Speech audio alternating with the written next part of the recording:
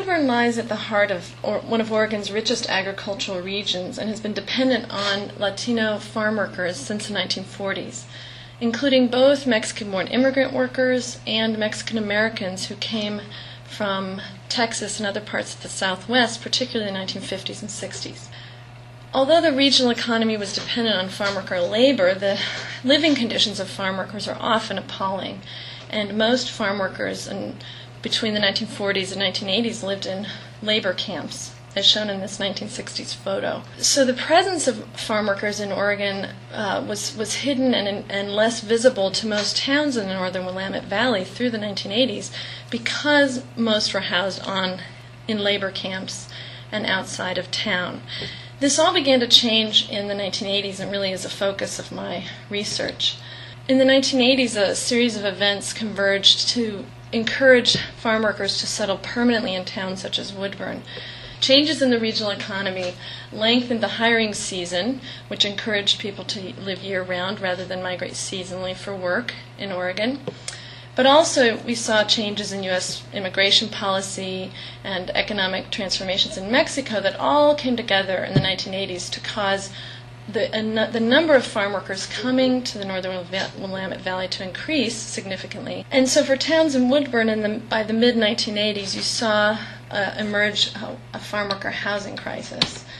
As this newspaper attests, in the late 1980s and early 1990s, story after story talked about the fact that farm workers are often living in overcrowded housing in town or sleeping in parks or in their cars because affordable housing was short and yet the regional economy was drawing in more and more workers.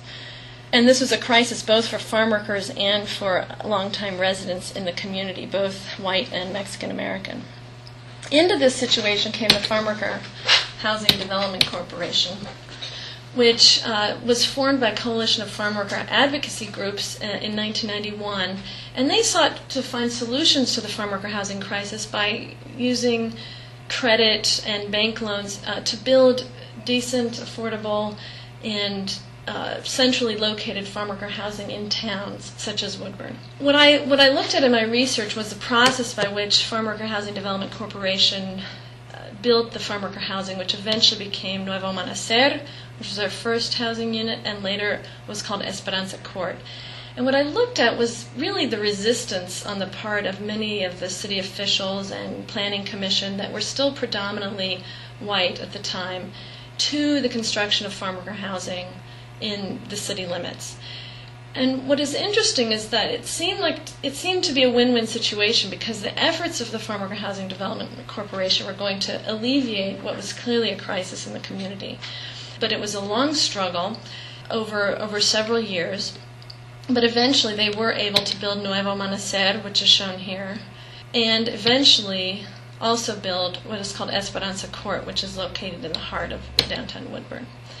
And in my work, I argue that the construction of these two housing units really carved out a space of belonging for residents who were fundamental to the regional economy, but who had for many decades been excluded and less visible in labor camps.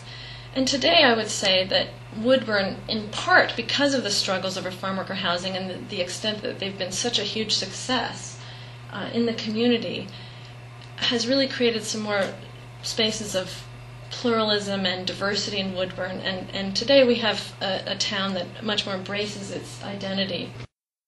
I don't want to suggest that racism and discrimination has disappeared from Woodburn, but I think these are visible manifestations of a claiming of belonging and a recognition of different cultures and embracing that in the town of Woodburn.